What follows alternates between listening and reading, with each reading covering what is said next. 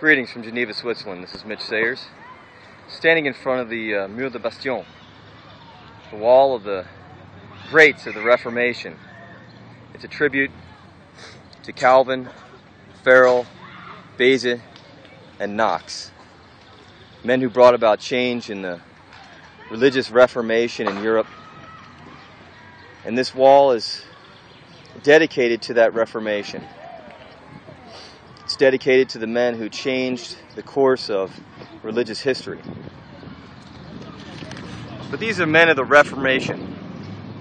These are men who brought reform to that which was already formed, changing the form, reforming it. But I believe there's a step yet ahead in Geneva, and I call that the unformation. That is the undoing of what was formed. And forming is actually a polite term for what is actually diluting and polluting the Word of God. Unformation is the undoing of that pollution.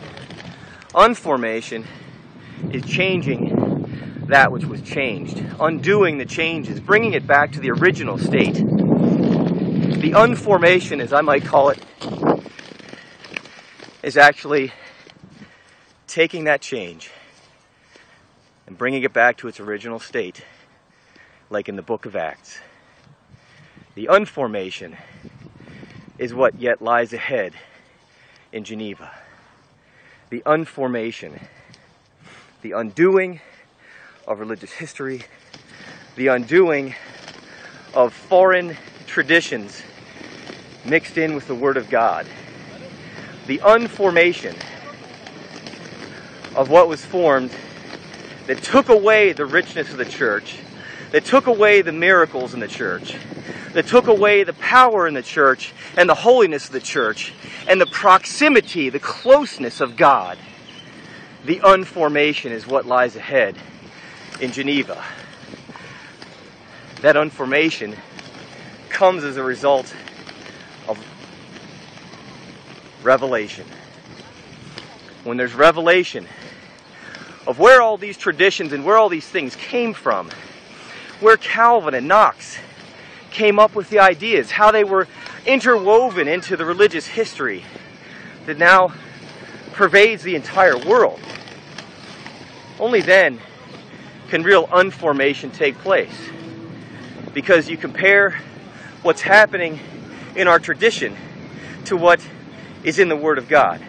When you can compare what's happening today in the church, and you compare that to the early church and the apostolic tradition.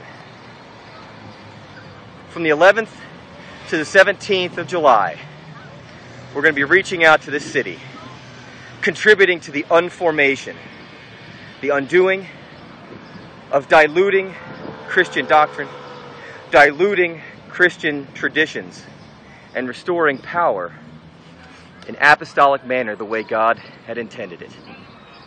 Revival in Geneva. The time is now.